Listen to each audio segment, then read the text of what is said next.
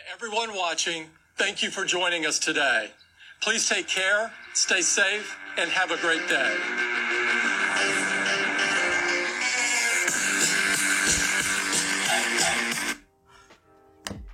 Wow, yes, finally.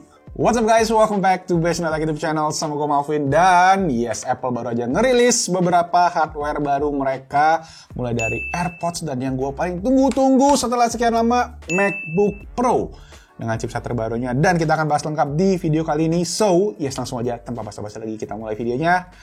Let's go.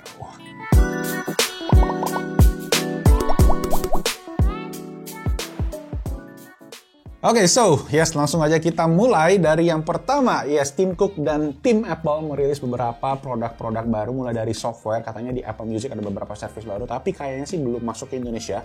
Gue nggak tahu, pasti nanti gue akan cek lagi. Tapi yang paling menarik, again, adalah AirPods generasi ketiga. Ya, setelah banyak banget di leaks di mana-mana, AirPods generasi ketiga meluncur dengan harga yang lumayan menarik ya. Karena ini harganya akan ada persis di tengah-tengah antara AirPods yang generasi kedua dengan wireless charging di antara sama AirPods Pro. Jadi dia di harga $179 atau kalau kita di kurs rupiahin $2,5 juta. Fitur-fiturnya apa? Kurang lebih sama, semua sama generasi yang kedua, cuma bedanya lah dia ada spatial audio sekarang, dimana ya kalian bisa merasain kayak 3 dimensi kayak gitu, yang gue juga pernah bikin tesnya kemarin di AirPods Pro.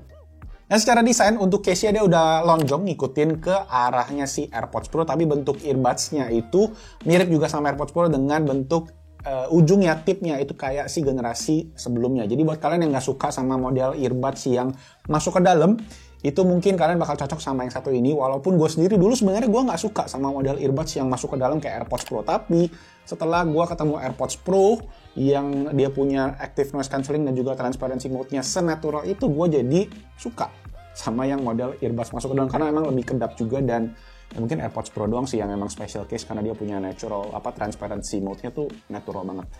But again, kita akan coba, pasti kita akan review juga di channel Basement. Jangan lupa subscribe dan langsung masuk ke poin utama, yaitu perilisan laptop barunya Apple, MacBook Pro Series. Ada 2 sekarang, yaitu MacBook Pro 14 inci dan juga MacBook Pro 16 inci. Nah, gue ada 5 poin penting yang udah gue catat nih, udah gue sharing.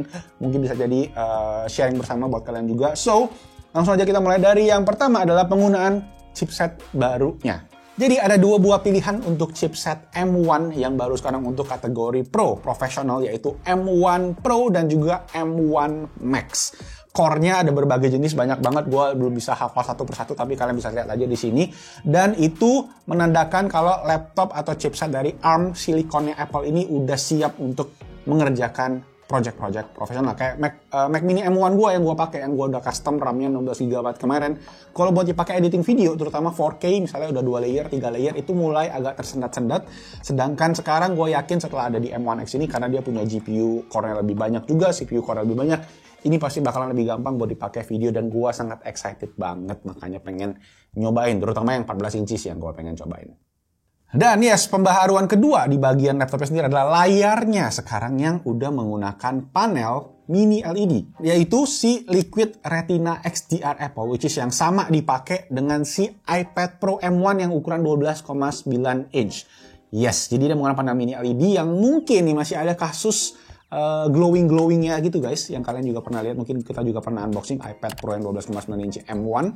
Itu ada problem di bagian kalau kalian munculin warna hitam, kalau dia ada tulisan warna putih gitu bakalan agak sedikit glowing. Gue lupa namanya apa tapi ya. But again, itu bakalan pakai panel mini LED dan dia juga udah ProMotion 120 Hz, yang artinya ya bakalan smooth banget kayak kalian pakai di iPad Pro yang gue pakai sama di iPhone 13 ya, itu akan sesmooth itu. Dan kalau kalian gaming misalnya yang bisa kompatibel dengan 120 fps, itu bakalan kencang, bakalan berasa, dan itu pasti lebih enak buat dipakai gaming. Walaupun ya Apple gamesnya nggak sebanyak Windows atau Intel di iklannya kemarin. Oke?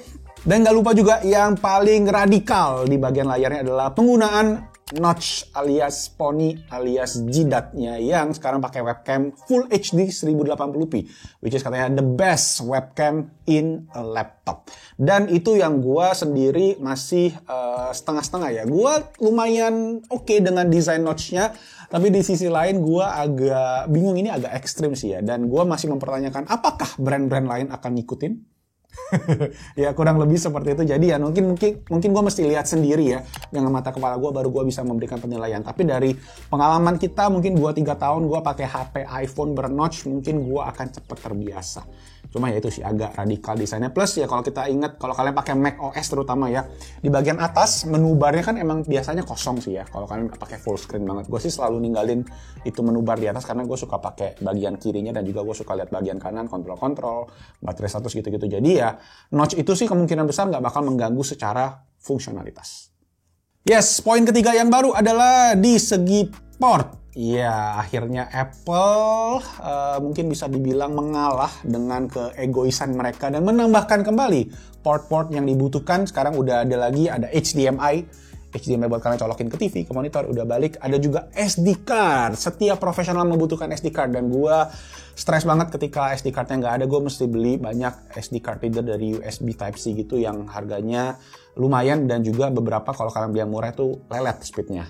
Terus tetap ada 3 buah Thunderbolt USB Type-C yang kalian juga bisa pakai buat ngecas. Dan ngomongin ngecas, sekarang MagSafe is back dengan MagSafe 3-nya yang bentuknya sebenarnya kurang lebih sama dengan MagSafe 2, agak mengkotak kayak gitu guys. Cuma gue nggak tahu apakah dia sama persis, tapi kalau di sini Apple kasih namanya MagSafe 3, jadi kemungkinan ada bedanya. Bedanya lagi adalah sekarang di ujung daripada charger udah pakai USB Type-C, jadi kalian tetap bisa pakai charger lain, cuma kabelnya yang kalian mungkin harus beli baru. Gue sendiri lihat beberapa sebenarnya ada di pasaran MagSafe 2 yang pakai USB Type-C ujungnya, tapi nggak tahu kompatibel atau nggak. Nanti kita akan cek bersama-sama setelah produknya nyampe, kemungkinan beberapa minggu, 1 minggu, 2 minggu lagi, hopefully ya. Dan untuk chargernya sendiri guys, kalian akan dapat beberapa pilihan. Kalau kalian beli yang base model 14 inci itu kalau nggak salah chargernya sekitar 60-an watt. Kalau kalian beli yang custom 14 inci itu bisa dapat sampai 96 watt kalau nggak salah. Tapi kalau kalian beli yang 16 inci, kalian akan langsung dapat yang 100 watt lebih. Gue lupa angkanya berapa, tapi kalian bisa cek di sini semua untuk chargernya. So ya, itu tadi poin yang ketiga. Sekarang kita ke poin keempat. Yang baru di sini adalah bagian keyboardnya. Yes, keyboardnya semua desainnya all new. Sebenarnya dari segi desain mirip sama keyboard iMac yang kemarin keluar, Magic Keyboardnya mereka dengan ada Touch ID di bagian atas.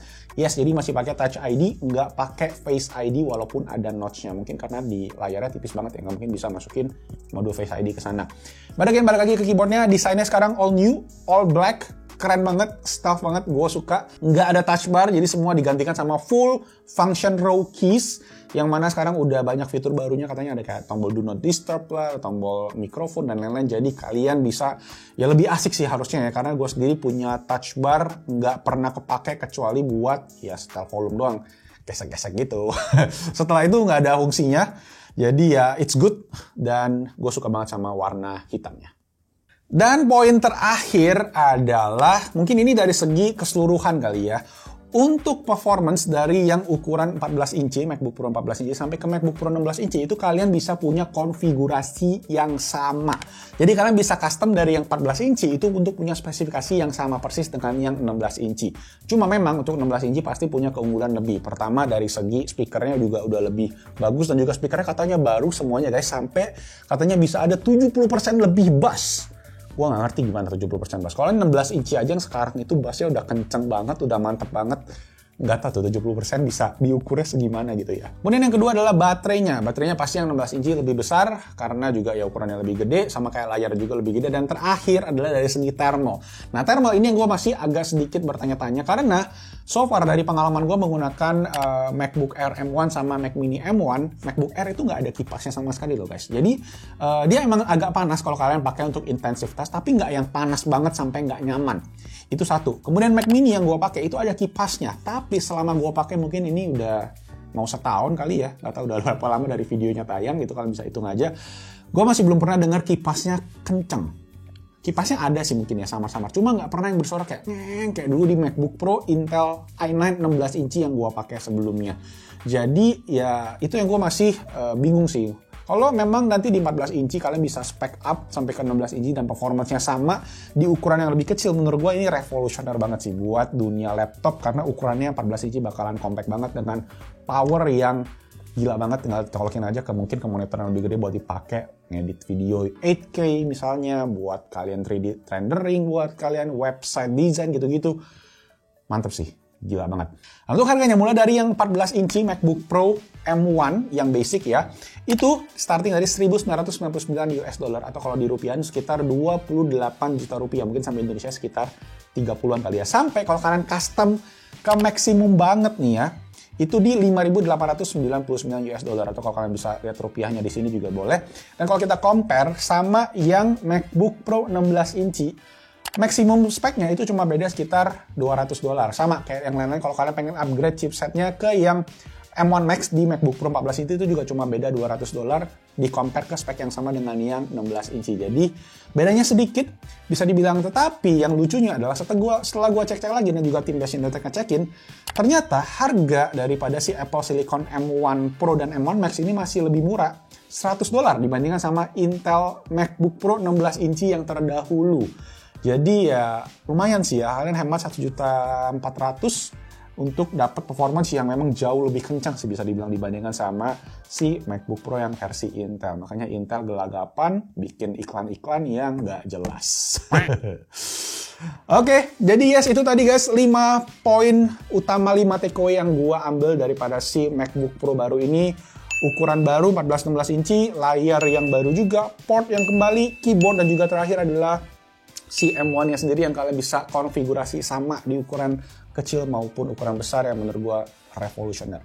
Oke, itu aja. Gimana menurut kalian tentang si laptop barunya Apple ini, M1 Max dan M1 Pro chipset terutama dari Apple Silicon? Gue pengen tahu pendapat kalian karena memang so far ini revolusioner di dunia laptop menurut gue, terutama penggunaan si arsitektur ARM yang sampai saat ini masih belum bisa diikuti nih sama produsen-produsen seperti Intel, AMD gitu-gitu. Mereka masih pakai x86 ya untuk chipsetnya. Dan hopefully yang gue tunggu adalah kapan kita bisa install Windows lagi, karena gue rasa chipset ini ketika diinstal Windows buat gaming mungkin bakalan gila sih ya. Ya kita tunggu aja laptopnya bakal nyampe ke studionya Best Indotech. Jadi jangan lupa di subscribe dan hidupin notification-nya biar kalian gak ketinggalan konten si MacBook M1 Pro dan M1 Max nanti. Itu aja. Kalau kalian suka videonya diklik tombol jempol. Jangan lupa juga tulis komentar kalian di kolom comment section di bawah. Kalau kalian pengen diskusi juga bisa aja langsung di sana. Dan itu aja, nama gue Malvin. Stay safe, stay healthy, and I'll see you guys on my next video. Ciao.